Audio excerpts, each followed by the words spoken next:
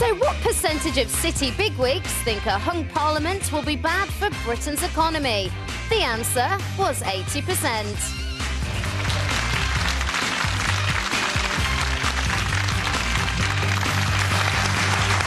Thanks very much. You're watching the new Look Right Stuff live on 5 this Monday morning with Hardeep Singh Kohli, Liz McClarnon and our special guest David Baddiel, and he's going to have the rest of today's headlines for you in around 10 minutes or so. But first, what does the panel think of the prospect of a hung parliament? You can let us know what you think by pinging over an email. rightstuff@5.tv is the address.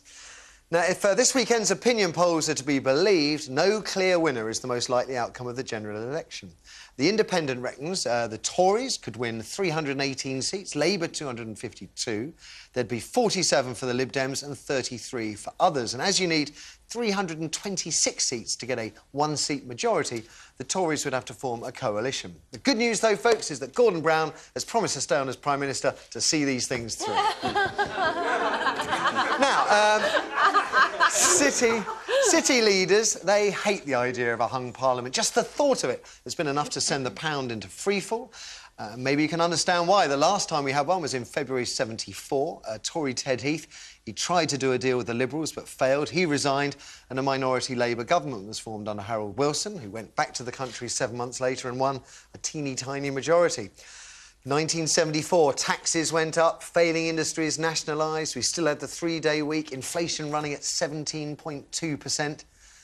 Now, the only party that likes the idea of a hung parliament today is, not surprisingly, the Lib Dems. Nick Clegg reckons a hung parliament would be better for Britain than any party winning with a small majority. Consensus politics is preferable, he argues, to a small majority government trying and then failing to force bills through.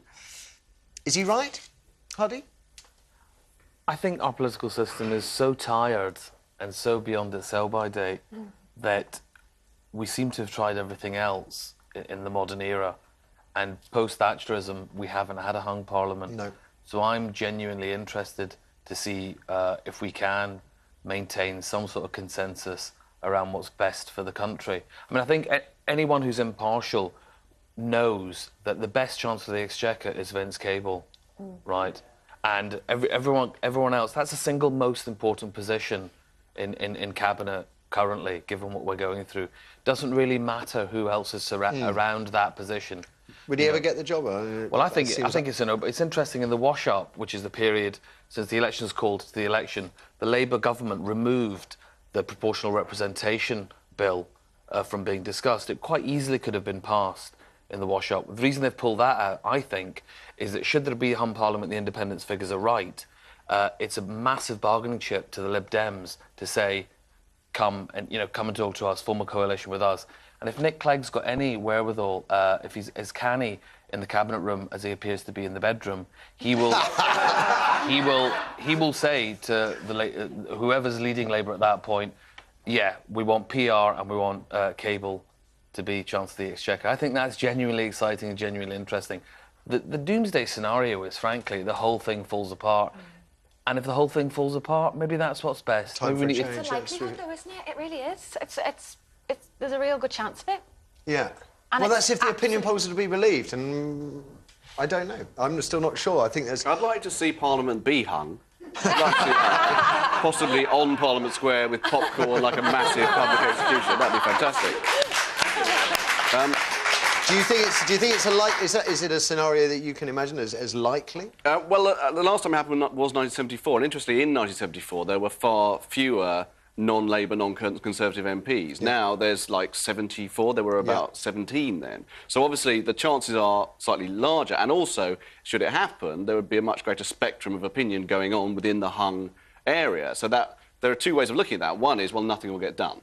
You know, because there are so many people there who hold the balance of power, nothing get done. The other way of looking at it, which is what Hardy was saying, which may have some truth, and I sort of believe in too, is that we're so stuck with a model of politics that is outdated and outmoded in this country, it might be quite a good thing to not impose those models anymore. Because I don't even know if the old ideas of left and right fit. I kind of think, to some extent now, you have to look on each issue and say, what should we do with this issue? Rather than thinking, I'm Labour, so I think this, I'm Conservative, so I think that. And in that way, I think a hung parliament would be good. I mean, the interesting thing is we're talking about 100 seats that the Tories are going to have to win off Labour to make this meaningful.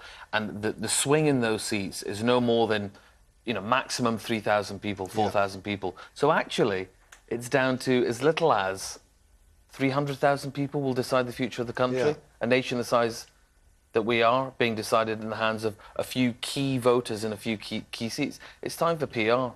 It's time for PR. But strangely as well, less people want to vote because of the hung parliament, because of the chance. People are just like, I'll see, then I'll just wait and see. So I wonder Even whether myself. I wonder whether that's the case as well. That despite that, there's still clearly a lot of anger at MPs' expenses and what a motley shower they've been. It's just a mess, isn't it? It's an absolute mess. But I would argue that never a more important time to go out and vote. Absolutely. Although So it many is people wouldn't think harder that. and harder to work out which party to vote. They're so the same. I mean, it's so that, you know, our Labour are so similar to the Conservatives now. Conservatives are so similar to Labour. It's just, you know, when I was brought up, it was Labour was Labour, and you know that's who we voted for because, you know, I'm working class. And now, you know, growing up, I'm just like, I have actually no idea. I don't know like you said, it's for each issue. It's different things. You are not alone. You are not alone, I can promise you. Love to know your thoughts. So would a hung parliament be bad for Britain? WriteStuff@5.tv is the place for your emails. After the ads, though, it's David with the rest of today's headlines, including claims a bad boy footballer has been radicalised as a Muslim in prison and why going to the loo in the middle of the night could kill you. That, by the way, is a Daily Mail exclusive. We'll see you in 3.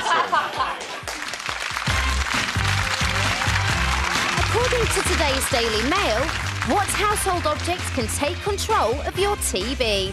Kettles, toasters, or low-energy light bulbs? Find out after the break.